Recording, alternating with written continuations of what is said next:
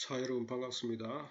오늘은 야고보서 본문 엑스포지션, 특별히 이제 엑스포지션, 제가 계속 엑스포지션 말씀을 드렸는데 이 엑스포지션을 어떻게 하는지 방법과 예, 그리고 이제 그 폼을 좀 한번 소개하면서 나중 제일 마지막에 야고보서 1장 1절부터 4절까지를 가지고 한번 실제적으로 제가 한 것들을 한번 나눌까 합니다.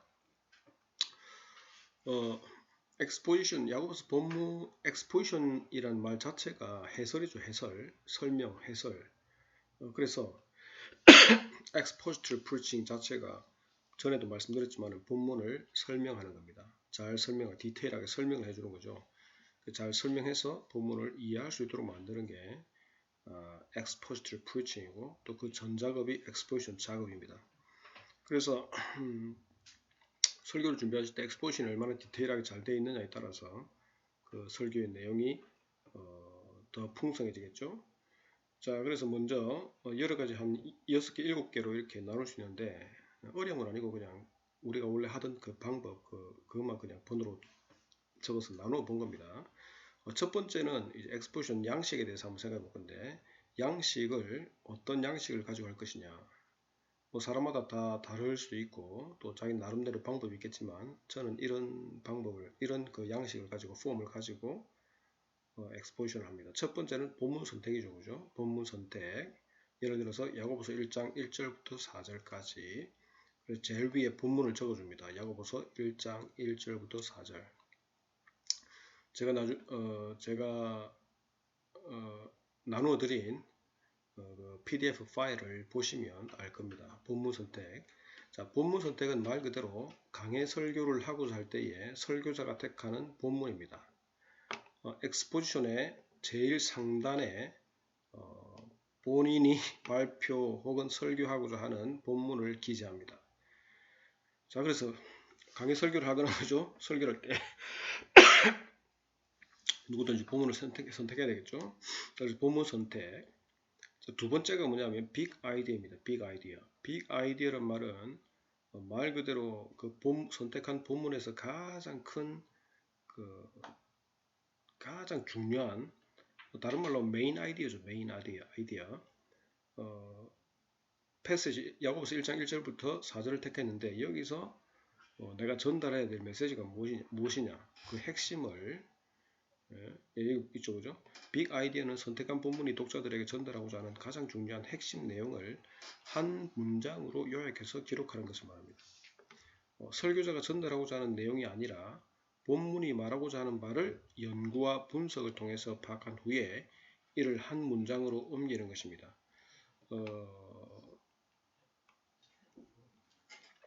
뭐 여러분들도 설교를 해보셔서 아시겠지만은 정말로 많은 경우에 설교를 준비할 때에 본문이 말하고자 하는 것을 전달하는 것이 아니라 내가 말하고 싶은 것을 전달할 때가 참 많습니다. 그리고 내가 말하고자 하는 것을 이번 주에는 뭐에 관해서 말할까 하면서 그래서 먼저 내가 아이디어를 정하고 어떤 본문을 내가 생각하는 그 본문을 찾아가서 그렇게 정하는 그렇게 해서 본문을 택하고 말씀을 선포하는 경우가 많은데 별로 좋은 방법은 아닌 것 같습니다.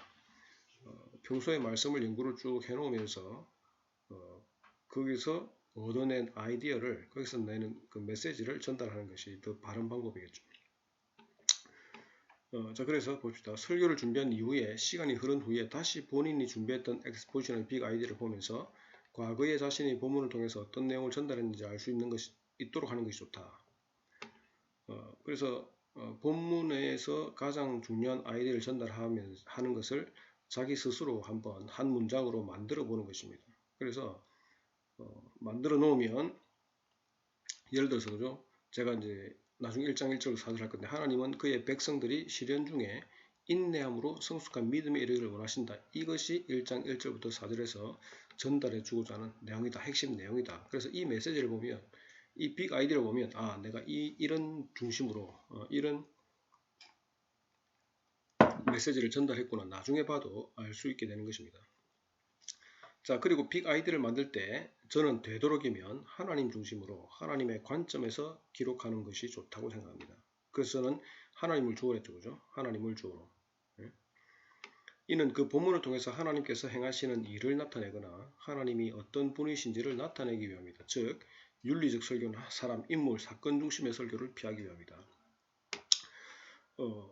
이것을 하나님 중심으로 해놓지 않으면, 빅 아이디어를 하나님 중심으로 해놓지 않으면 나중에 아까 말씀드렸듯이 그냥 뭐 이런 사람이 되어라, 저런 사람이 되어라, 이렇게 해라, 저렇게 해라, 그것으로 끝나는 설교들이 참 많습니다. 그러나 물론 설교가 윤리적인 그 챌린지가 없을 수는 없겠지만은 성경 본문 자체는 윤리적인 것을 가르치려고 하는 건 아니지 않습니까? 하나님께서 어떤 일을 행하시는지, 그리고 하나님께서 예를 들어서 야고보서 수신자들에게 어떤 믿음의 삶을 살기를 원하시는지, 그것을 전달하는 거기 때문에 윤리적인 부분은 사실은 이제 적용 부분에서 나와야 되겠지만은 성경을 분석하고 이렇게 해석할 때에는 그것을 윤리적으로 하면 안 되겠죠. 하나님 중심으로 하나님께서 어떤 분이다, 하나님께서 어떤 것을 원하신다, 이런 식으로 하는 것이 저는 가장 좋다고 생각합니다. 뭐 그렇게 안 되는 부분도 있겠지만은 그래도 되도록이면 하나님 중심으로 이러는 것이 가장 좋을 것 같습니다. 자, 그래서 빅 아이디어 아주 중요합니다. 아주 중요합니다. 나중에 이제 본문할 때 다시 이 빅 아이디어가 좀 연결이 돼야 되는데 그때 나중에 다시 이야기하고요. 빅 아이디어 두 번째. 그다음 세 번째가 뭐냐면 컨텍스트입니다. 컨텍스트. 자, 그래서 나중에 제일 하겠지만 첫 번째 제 본문 적고 그다음에 빅 아이디어를 적습니다. 제일 위에 본문, 그다음에 빅 아이디어를 적습니다. 그 다음에 이제 컨텍스트를 설명합니다. 컨텍스트.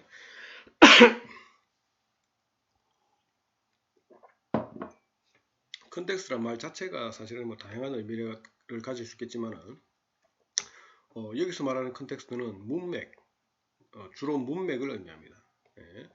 뭐 문맥이라 하면 바로 전후문맥, immediate context도 되겠지만은 wider context에서 야고보서 전체도 되겠죠, 그죠? 그래서 바로 앞 뒤의 문맥도 되고 전체의 문맥도 되고. 그래서 앞 뒤의 문맥과 전체의 문맥을 따져보면 제가 전에 항상 강조하듯이 문맥을 강조했죠. 그리고 또 하나 뭡니까? 기록 목적을 강조했죠. 전체의 문맥을 보는 것은 기록 목적을 고려한 것이죠. 그래서 문맥을 잘 살피는 것이 중요합니다. 강의 설교를 할 때에 문맥을 제대로 파악하고 설교하는 것은 두말할 필요 없는 중요한 작업입니다. 왜냐하면 문맥 파악 없이는 설교자가 선택한 본문의 내용이 파악될 수 없기 때문입니다. 그래서 1장 여러분들이 본문을 예를 들어서 야고보서 뭐 3장 1절부터 뭐 12절을 택했다 하면 전후 문맥에서 어떤 이야기를 하는지 알아야 이 여러분이 택한 본문이 전후 문맥의 어떤 흐름에서 나오는지를 알 수 있기 때문에 전후 문맥을 잘 파악하지 않거나 또 설교할 때 제대로 청중들에게 설교해 주지 않으면, 가르쳐 주지 않으면 도대체 이 본문이 뭘 이야기하는지 잘 알 수가 없습니다. 많은 경우에 제가 알기로는 대부분의 설교자들은 문맥을 잘 설명해 주지 않습니다. 그래서 단순하게 본문에서 3장에 나오는 예를 들어서 선생이 되지 마라, 선생이 많이 되지 마라 라고 그냥 설교를 하죠, 그죠? 너희는 선생이 많이 되지 마라 이렇게 설교를 하는데, 아니 그러면 모든 경우에서 선생이 많이 되지 말아야 되는지, 왜 야고보서의 저자가 이 이야기를 하는지, 그리고 전후문맥에서 어떤 말을 하고 있기에 도대체 여기서 3장 1절부터 선생이 많이 되지 마라 이렇게 말하는지를 설명을 해줘야 됩니다. 그렇게 컨텍스트를 파악을 해야, 그 전후문맥이 파악이 돼야 오늘날의 청중들에게도 설득을 시킬 때에도 이런 상황이었기 때문에 여기서 이렇게 이야기한다를 설명할 수 있고, 듣는 사람들도 생뚱맞게 그냥 선생님 많이 되지 마라 그러면, 예를 들어서 교회에 선생들이 많은데 교사들이 많지 않습니까? 그럼 그 교사들은 전부 다 뭐 하겠습니까? 내가 선생이 되지 말아야 되나 그런 고민을 하거든요. 그러면 그냥 보편적으로 너희는 선생이 많이 되지 마라 이렇게 말하는 것이 아니라 그 상황이 어떤 상황이었기에 이런 상황이기 때문에 야고보서의 저자는 이렇게 말할 수밖에 없다는 것을 컨텍스트를 통해서 설명해 줘야 됩니다. 그렇게 해야 듣는, 예를 들어서 그 주일학교 교사들이나 교사들이 들으면서 저런 상황에서 저렇게 얘기됐구나, 그럼 나는 저렇게 해야 되겠구나 하는 그런 깨달음을 얻게 되는 거지, 무턱대고 그냥 선생이 많이 되지 마라 그렇게 할 수는 없다는 것입니다. 그래서 컨텍스트는 아주 중요합니다. 컨텍스트가 제대로 설명되지 않으면 본문의 의미를 파악할 수 없고 설교할 수도 없습니다. 그리고 컨텍스트를 제대로 설교하지 않으면 제가 볼 때는 대부분의 설교가들은 컨텍스트를 무시하거나 별로 중요하게 생각하지 않습니다. 내가 그런 소리를 잘 들어보지 못했습니다. 그러나 컨텍스트 잘 설명해줘야 아까 말했듯이 여러분들에게도 유익하고 청중들에게도 아주 유익합니다. 컨텍스트만 제대로 설교해도 나중에 그 애플리케이션 적용 나오겠지만 적용할 사실 별로 할 필요 없습니다.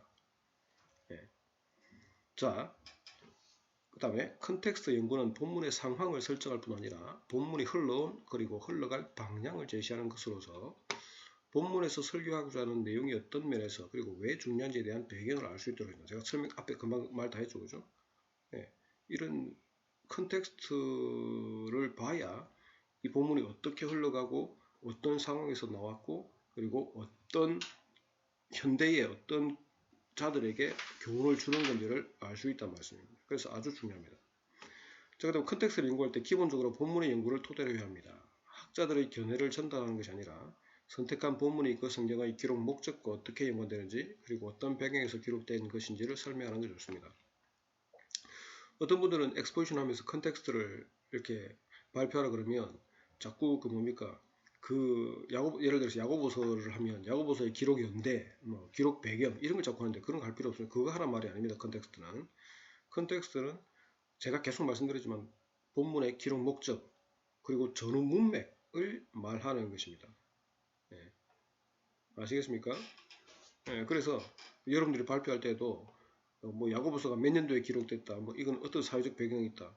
그것이 여러분들이 전하고자 하는 메시지로 직접적으로 연관이 있다면 해도 상관없지만 연관이 없다면 할 필요가 없습니다. 그리고 학자들이 그 주석에 달려있는 그런 컨텍스트 배경이 있죠, 그죠? 말했듯이 기록 연대, 기록 목적, 기록 장소, 이런 거 참고는 할 수 있겠지만은 그것이 설교하는데 직접적인 그렇게 큰 영향력은 없습니다. 그래서 제가 여기서 말씀드리는 게 기본적으로 본문의 연구를 토대로 해라. 이 말은 본문에서 근거를 찾아라 그 말입니다. 본문에서 근거를 찾아서 본문에서 기록 목적을 찾고 본문에서 어떤 상황에서 기록되는지 찾고 그것을 자꾸 연결시키라는 말씀입니다. 이런 훈련을 하면 여러분들이 설교를 준비하는데 아주 도움이 많이 될 겁니다. 단순하게 그냥 그 주석 가지고 와서 뺏기지 말고 그렇게 하면 도움이 하나도 안 됩니다. 그리고 전혀 관련 없는 그 지식 전달을 할 뿐입니다. 강의 설교하는 데 있어서 그것은 제일 처음 시작할 때 조금 필요할지 몰라도 보편적으로 저는 그렇게 중요하지 않다고 봅니다. 혹 학자들의 견해가 내가 선택한 그 본문을 설명하는 데 있어서 필요하다면 전달하는 게 상관없지만 그냥 일반적인 것들은 전달할 필요가 없습니다. 자, 그 다음 세 번째, 컨텍스트가 있다면 그 다음에 네 번째는 뭡니까? 본문이죠. 본문. 이제 본문이라는 것은 본문은 앞에서 이제 그 본문의 내용, 여러분들이 택한 패시지의 내용을 설명하는 것입니다. 본문의 구성은 기본적으로 3대지로 하는 것이 가장 안정적인 것 같습니다. 이거는 절대적인 것이 아니라 저의 의견이고 또 보편적 사람들이 생각하는 겁니다. 가장 안정적인 것 같습니다. 그러나 억지로 3대지를 만들 필요는 없습니다. 본문에 근거해서 빅 아이디어를 정하고 컨텍스트를 작성했다면 본문에서는 빅 아이디어에서 정한 내용을 가장 잘 전달할 수 있도록 구성하는 것이 좋습니다. 즉, 각 대지가 빅 아이디어를 커버할 수 있어야 한단 말입니다. 여러분들이 이제 설교할 때도 마찬가지겠지만 설교할 내용을 만들고 나서 제목을 정하죠, 그죠? 어떤 경우에는 제목이 너무 추상적이거나 아니면 제목을 봐도 뭘 설교할지 모르는 그런 제목, 완전히 그냥 생뚱맞은 제목을 하시는 분들도 있습니다. 그러나 설교 제목은 여기 빅 아이디어가 좀 다르지만은 그래도 연관성이 있는 것은 설교 제목은 빅 아이디어를 더 축약해 이렇게 압축해서 빅 아이디어를 압축해서 그 다음에 딱 만드는 게 제목입니다. 그래서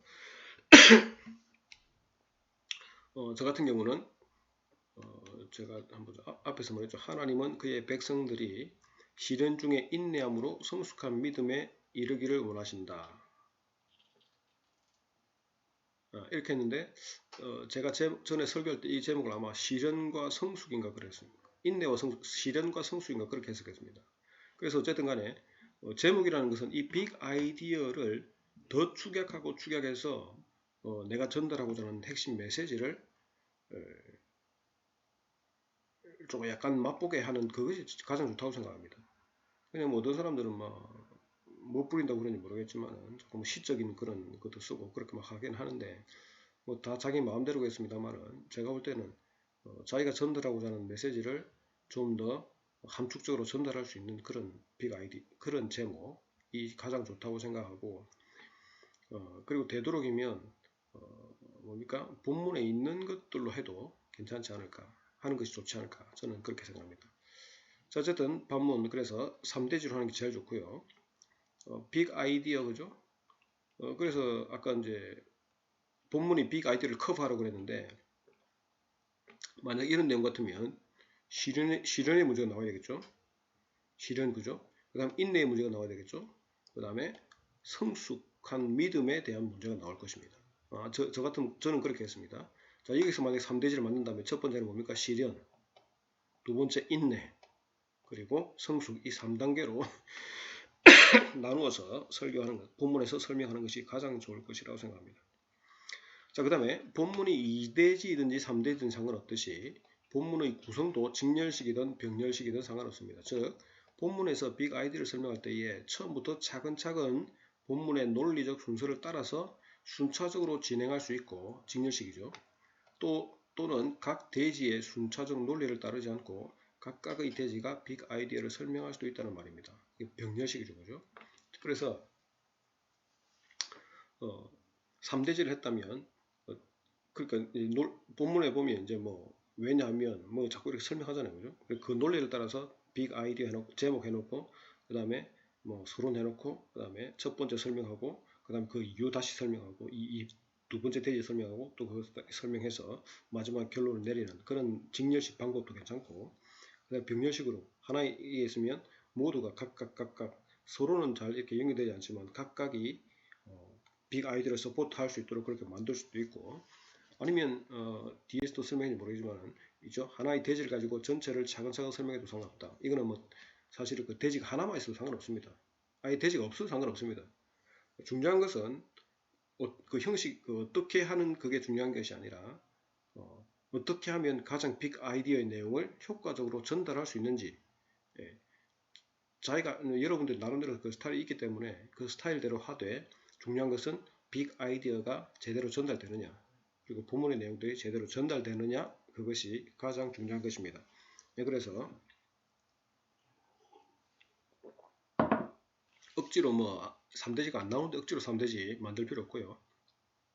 여러분들이 선호하는 방법을 하되 여러분들이 구성한 빅 아이디어, 컨텍스트 그리고 본문 그것을 통해서 메시지가 제대로 전달될 수 있도록 하는 것이 가장 중요하다는 것입니다. 자, 그 다음에 이제 결론이죠. 결론, conclusion, 결론. 결론은 앞서 본문에서 설명한 것들을 간략하게 요약하면서 글을 마무리하는 것이죠. 주의할 것은 결론에서는 새로운 주제를 다루지만 이거는 글을 쓸 때나 설교할 때나 마찬가지입니다. 어떤 분들은 글 실컷 설교 실컷 하고 그죠? 이제 청중들이 딱 보면 그렇게 하잖아요. 자, 이제 말씀을 맺겠습니다. 딱 해놓고 이제 맺을 것 같은데 또다시 앞에서 다루지도 않았던 새로운 주제를 다뤄버리면 듣는 사람 입장에서는 뻥 때리는 거죠. 그죠? 예. 그래서 결론은 항상 앞에서 했던 예를 들어 세 가지 대지를 했으면 그 세 가지 대지를 간략하게 언급하거나 아니면 그 쭉 따라왔던 논리에 대한 결론을 내리는 부분이지 새로운 주제를 가지고 오는 부분은 아닙니다. 글을 쓰는 논문이든 설교든 결론 부분에서 전혀 생뚱맞은 새로운 주제를 하는 것은 새로운 주제를 다시금 다루는 것은 그건 빵점입니다. 빵점. 네, 그래서 결론 엑스포지션 할 때도 마찬가지입니다. 결론에서는 앞에 예를 들어 3대지 했다면 3대지에서 다루었던 핵심 내용을 간략하게 딱딱딱 요약해서 간단하게 적어주면 제일 좋습니다. 네, 그것이 결론입니다. 제가 이렇게 말했는데도 또 새롭게 하는 사람도 있습니다. 자, 결론. 그 다음에 뭡니까? 다음은 애플리케이션, 적용이죠. 적용. 자, 적용은 앞서 선포한 말씀을 근거로 해서 청중들로 하여금 선포된 말씀에 반응하도록 하는 거죠. 적용을 구체적으로 하는 것도 좋지만은 억지로 적용을 만들어내지 않도록 한다. 성도들이 생각보다 똑똑하다. 설교자가 엑스포지션을 잘 준비해서 설교를 하면 성도들은 어떻게 적용해야 될지 알고 있다. 너무 어렵네요. 자, 저는 그렇게 생각합니다. 어떤 사람들은 강의 설교 있으면 애플리케이션 적용이 중요해서 반드시 해야 된다 그렇게 생각하지만은, 만약에 앞에서 말씀드렸듯이 컨텍스트와 본문의 설명만 잘 되면 저는 굳이 애플리케이션 적용을 디테일하게 할 필요는 없다고 생각합니다. 간략하게 앞에서 이미 다 설명했기 때문에 간략하게 마지막에 도전만 해요. 저는 주로 그렇게 합니다. 뭐 구체적으로 디테일하게 다 설명하지 않습니다. 다 적용하지 않습니다. 물론 그렇게 해야 될 때도 있겠지만은 보편적으로는 그렇게 하지 않습니다. 설명만 잘 되면 성도들은 뭡니까? 성도들이 똑똑합니다. 성도들은 어떨 때는 목사들보다 더 똑똑합니다. 그래서 잘 설명만 해주면 어떻게 적용해라 말 안 해도 다 스스로 적용합니다. 네. 자, 제가 이걸 지적하고 싶은데요. 한국교회 목회자들의 가장 큰 문제는 본문을 제대로 이해하지 못하면서 적용만 하려고 하는 것이다. 다시 말해서 본문 이해와 전달보다는 적용에 더 많이 신경을 쓰고 시간을 할애하는 것이다. 본문 분석이 제대로 되지 않은 설교의 적용이 과연 올바른 적용이 될 수 있을지 고민해봐야 한다. 여러분도 한번 생각해 보십시오. 본문 파는데 고민을 많이 하십니까? 아니면 그것을 어떻게 재미있게 구성해서 적용할지 그걸 생각 많이 하십니까?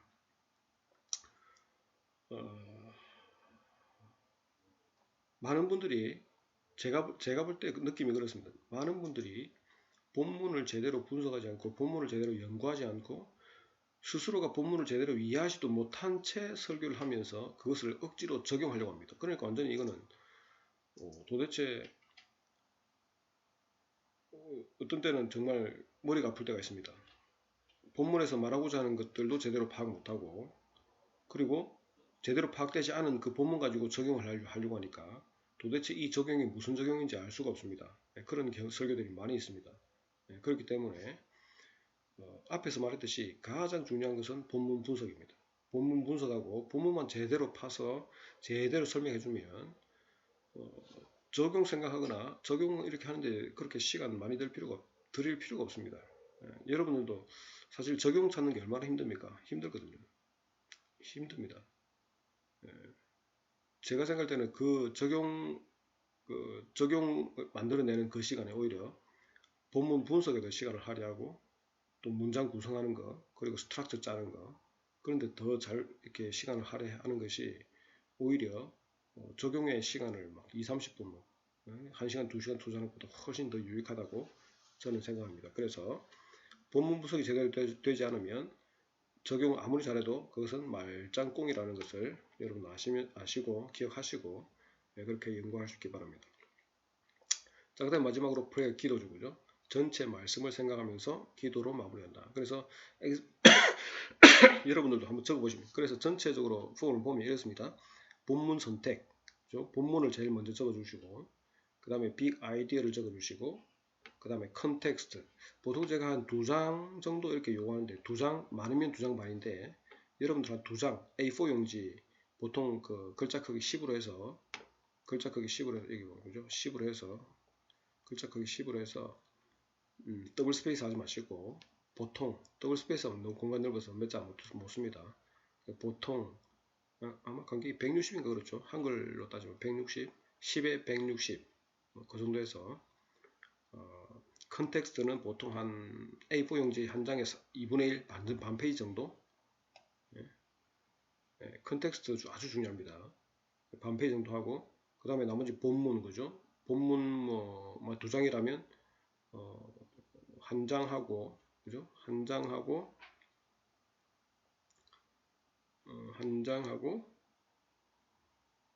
그 다음에 4분의 1 정도 그죠? 한 장하고 A4 용지 한 장하고 4분의 1 정도, 아니면 뭐 그 정도 하고, 그 다음에 결론 적고 애플리케이션. 결론과 애플리케이션은 뭐 그건 중요한 건 그 엑스포지션에 있어서 아까 말씀드렸듯이 엑스포지션만 잘 되면 이건 그냥 나오는 거니까 그렇게 하시면 되고, 어쨌든 빅 아이디어, 컨텍스트, 보디 이 세 개에 집중적으로 시간을 많이 투자하셔서 그렇게 연구할 수 있기를 바랍니다.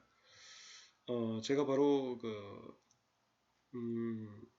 제가 준비한 것들 하려고 했는데 지금 벌써 시간이 25분이 다 돼가서 일단 이 강의는 여기서 끊고 제가 다음 강의 때 제가 여러분들에게 나누어 드린 그 PDF 야고보서 1장 1절부터 4절 예를 엑스포지션 예를 한번 여러분들에게 보여드리겠습니다. 자, 오늘 수고하셨고요.